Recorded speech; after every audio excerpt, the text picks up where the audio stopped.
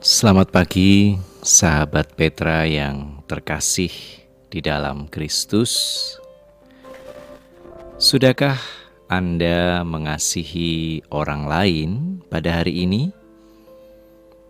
Pada embun pagi kesempatan ini, kita akan bersama mengawali hari kita dengan barang sejenak merenungkan sebagian dari Sabda Tuhan.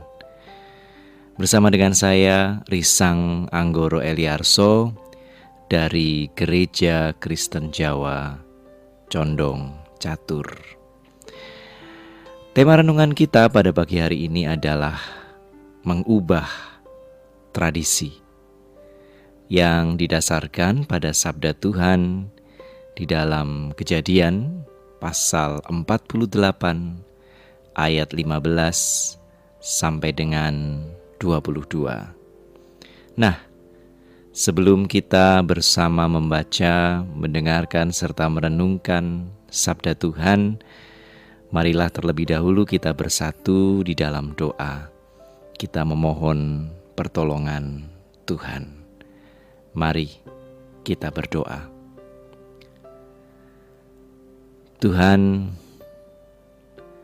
sejenak lagi kami bersama hendak membaca, mendengarkan, serta merenungkan sebagian dari sabda-Mu.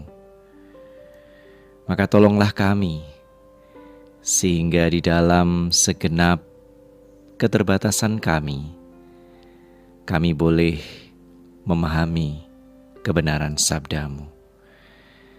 Dan tolonglah kami sehingga di dalam segala kelemahan kami pun bisa memelihara serta mewujud nyatakan kebenaran sabda-Mu itu di dalam keseharian hidup kami. Di dalam nama Bapa dan Putra dan Roh Kudus, kami memohon. Amin. Sebagaimana yang saya sampaikan tadi, pada kesempatan ini kita akan bersama-sama membaca dan mendengarkan Sabda Tuhan yang terambil dari Kejadian pasal 48 ayatnya yang ke-15 sampai dengan 22. Saya akan membacakannya untuk kita semua. Sesudah itu, diberkatinyalah Yusuf. Katanya, nenekku dan ayahku, Abraham dan Ishak, telah hidup di hadapan Allah. Allah itu sebagai Allah yang telah menjadi gembalaku selama hidupku sampai sekarang. Dan sebagai malaikat yang telah melepaskan aku dari segala bahaya. Dialah kiranya yang memberkati orang-orang muda ini, sehingga namaku serta nama nenek dan bapakku Abraham dan Ishak termasyhur oleh karena mereka, dan sehingga mereka bertambah-tambah menjadi jumlah yang besar di bumi. Ketika Yusuf melihat bahwa ayahnya meletakkan tangan kanannya di atas kepala Efraim, hal itu dipandangnya tidak baik. Lalu dipegangnya tangan ayahnya untuk memindahkannya dari atas kepala Efraim ke atas kepala Manasye. Katanya kepada ayahnya, "Janganlah demikian, ayahku. Sebab inilah yang sulung. Letakkanlah tangan kananmu ke atas kepalanya." Tetapi ayahnya menolak. Katanya, "Aku tahu, anakku. Aku tahu. Ia juga akan menjadi suatu bangsa, dan ia juga akan menjadi besar kuasanya. Walaupun begitu, adiknya akan lebih besar kuasanya daripadanya. dan keturunan adiknya itu akan menjadi sejumlah besar bangsa-bangsa. Lalu diberkatinya lah mereka pada waktu itu. Katanya, demikianlah orang Israel akan memberkati demikian. Kiranya engkau seperti Efraim dan seperti Manasye. Demikianlah didahulukannya Efraim daripada Manasye. Kemudian berkatalah Israel kepada Yusuf, tidak lama lagi aku akan mati, tetapi Allah akan menyertai kamu dan membawa kamu kembali ke negeri nenek moyangmu. Dan sekarang aku memberikan kepadamu sebagai kelebihanmu daripada saudara-saudaramu suatu punggung gunung yang kurebut dengan pedang dan panahku dari tangan orang Amori. Demikianlah sabda Tuhan. Diberkatilah saudari, saudara dan saya yang bersedia memelihara kebenaran sabda Tuhan di dalam keseharian hidup kita. Haleluya. Sahabat Petra yang terkasih, dalam perikop Kejadian 48 ayat 15 sampai 22 yang baru saja kita baca dan dengarkan bersama, dikisahkan Yakub yang telah lanjut usia tengah memberkati cucu-cucunya, kedua anak dari Yusuf, yakni Manasye dan Efraim. Namun, bertentangan dengan tradisi yang ada pada waktu itu, Yakub justru meletakkan tangan kanannya di atas kepala Efraim, si bungsu, dan tangan kirinya di atas kepala Manasye, si sulung. Sehingga di ayat 14 dikisahkan bahwa tangan Yakub harus bersilang ketika ia memberikan berkat. Melihat sikap Yakub yang bertentangan dengan tradisi tersebut, Yusuf pun menegur ayahnya. Janganlah demikian, ayahku, sebab inilah yang sulung. Letakkanlah tangan kananmu ke atas kepalanya. Namun Yakub bersikukuh. Aku tahu, anakku, aku tahu, kata Yakub kepada Yusuf. Ia juga akan menjadi suatu bangsa, dan ia juga akan menjadi besar kuasanya. Walaupun begitu, adiknya akan lebih besar kuasanya daripadanya, dan keturunan adiknya itu akan menjadi sejumlah besar bangsa-bangsa. Sahabat Petra yang dikasihi Tuhan, Jürgen Habermas, seorang sosiolog sekaligus filosof terkemuka asal Jerman, memiliki pemikiran yang menarik dan penting perihal tradisi. Bagi Habermas, kita perlu senantiasa mengkaji dengan kritis tradisi yang kita terima. Berbeda dengan sebagian besar pemikir sebelumnya yang cenderung menekankan pentingnya penerimaan serta penghormatan atas tradisi, bagi Habermas, kita justru perlu mempertanyakan, apakah suatu tradisi memang mendukung kemajuan serta kemanusiaan, atau justru menghambat, bahkan menciderainya.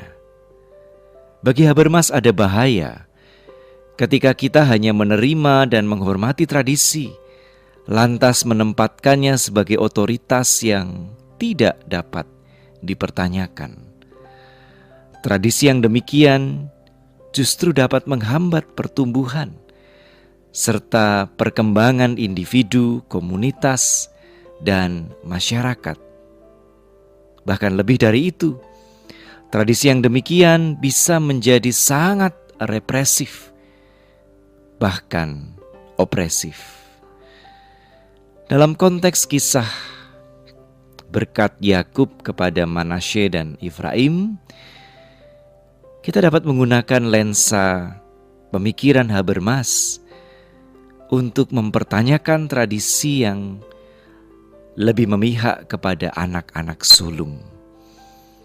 Dalam hal ini pilihan Yakub adalah mempertanyakan apakah tradisi tersebut sungguh sejalan dengan rancangan Tuhan atau justru menjadi penghalang atasnya.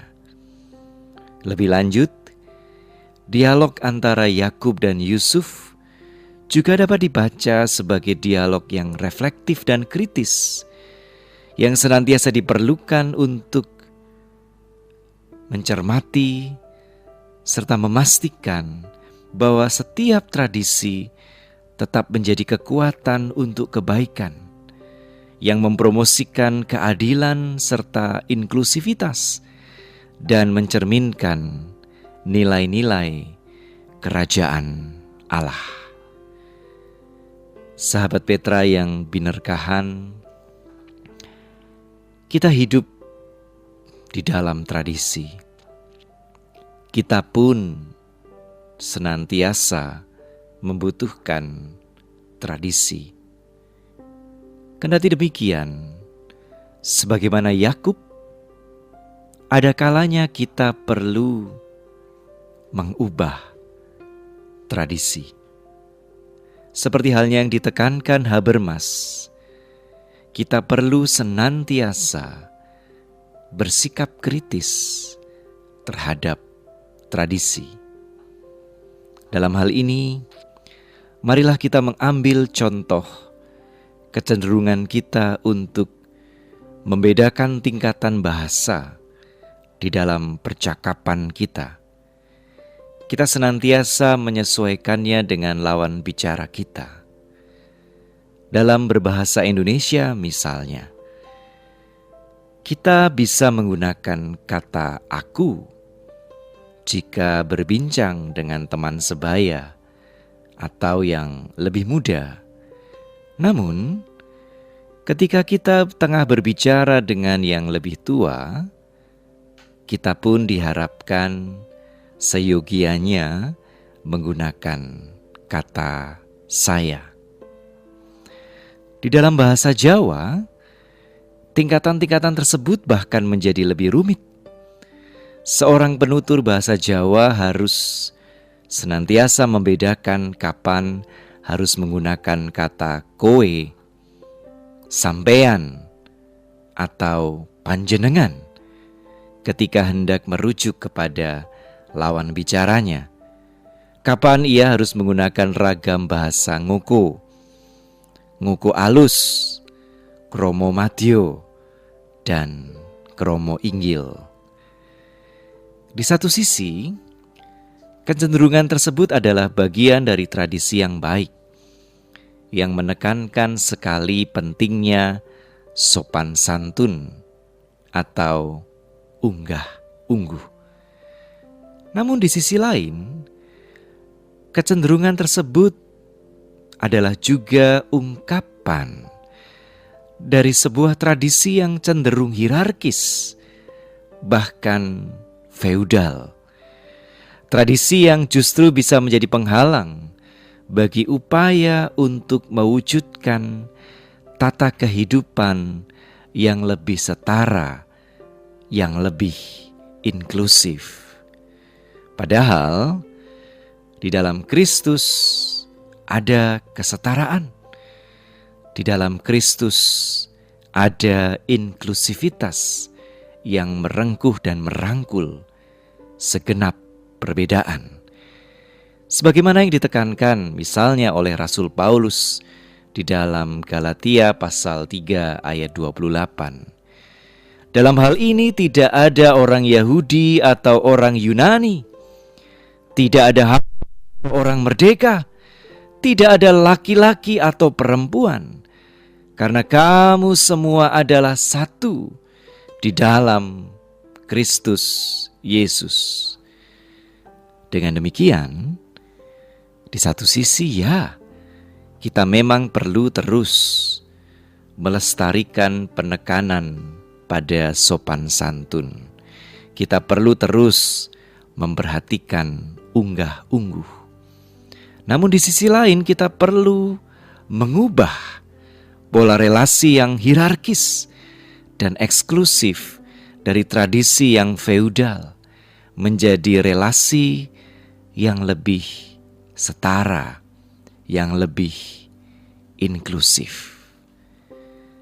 Sahabat Petra yang terkasih, pada akhirnya kita perlu menyadari bahwa kita tidak sekadar bisa menerima dan menghormati tradisi. Ada saatnya kita perlu mengubah tradisi. Setiap saat kita perlu mengkritisi tradisi. Kita perlu mencermatinya. Apakah tradisi tersebut benar-benar laras dengan nilai-nilai kerajaan Allah?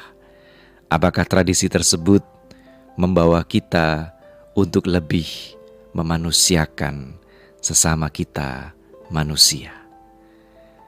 Maka selamat bersikap kritis terhadap tradisi.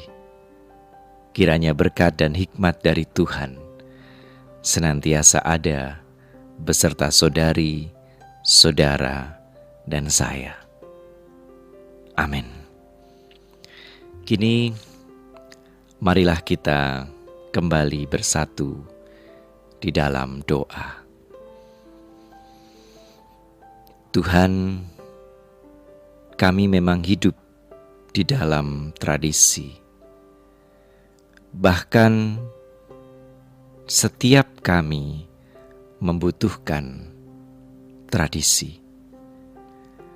Tanpa tradisi kami akan sangat kesulitan untuk memahami serta memaknai kehidupan kami. Karena itu pada saat ini kami bersyukur kepadamu atas tradisi yang boleh kami warisi serta kami hidupi. Kendati demikian, pada hari ini kami boleh belajar bahwa tradisi ada tidak hanya untuk diterima dan dihormati. Tradisi perlu juga senantiasa dikritisi. Tradisi bahkan perlu diubah sehingga menjadi semakin selaras dengan nilai-nilai kerajaan-Mu. Oleh sebab itu, tolonglah kami, ya Tuhan. Berilah kami hikmat, agar kami bisa memiliki sikap kritis terhadap tradisi. Agar kami bisa menghidupi sekaligus terus memperbaharui tradisi yang ada. Agar tradisi itu menjadi semakin selaras dengan kehendak dan rancangan-Mu. Di dalam nama Bapa dan Putra dan Roh Kudus, kami memohon. Amin. Demikianlah sahabat Petra yang terkasih di dalam Kristus, embun pagi hari ini. Kiranya saudari-saudara dan saya tidak hanya berhenti menjadi pendengar dan perenung sabda Tuhan, tetapi marilah kita juga senantiasa bersedia serta dimampukan oleh Tuhan menjadi pelaku-pelaku kebenaran sabda Tuhan di dalam keseharian hidup kita. Saya Risang Anggoro Eliarso dari Gereja Kristen Jawa Condong Catur mohon diri. Selamat mengasihi sesama manusia di hari ini. Kiranya rahmat Tuhan kita Yesus Kristus, cinta kasih Allah, dan persekutuan Roh Kudus senantiasa beserta kita dan orang-orang yang kita kasihi. Sampai jumpa di lain kesempatan. Salam.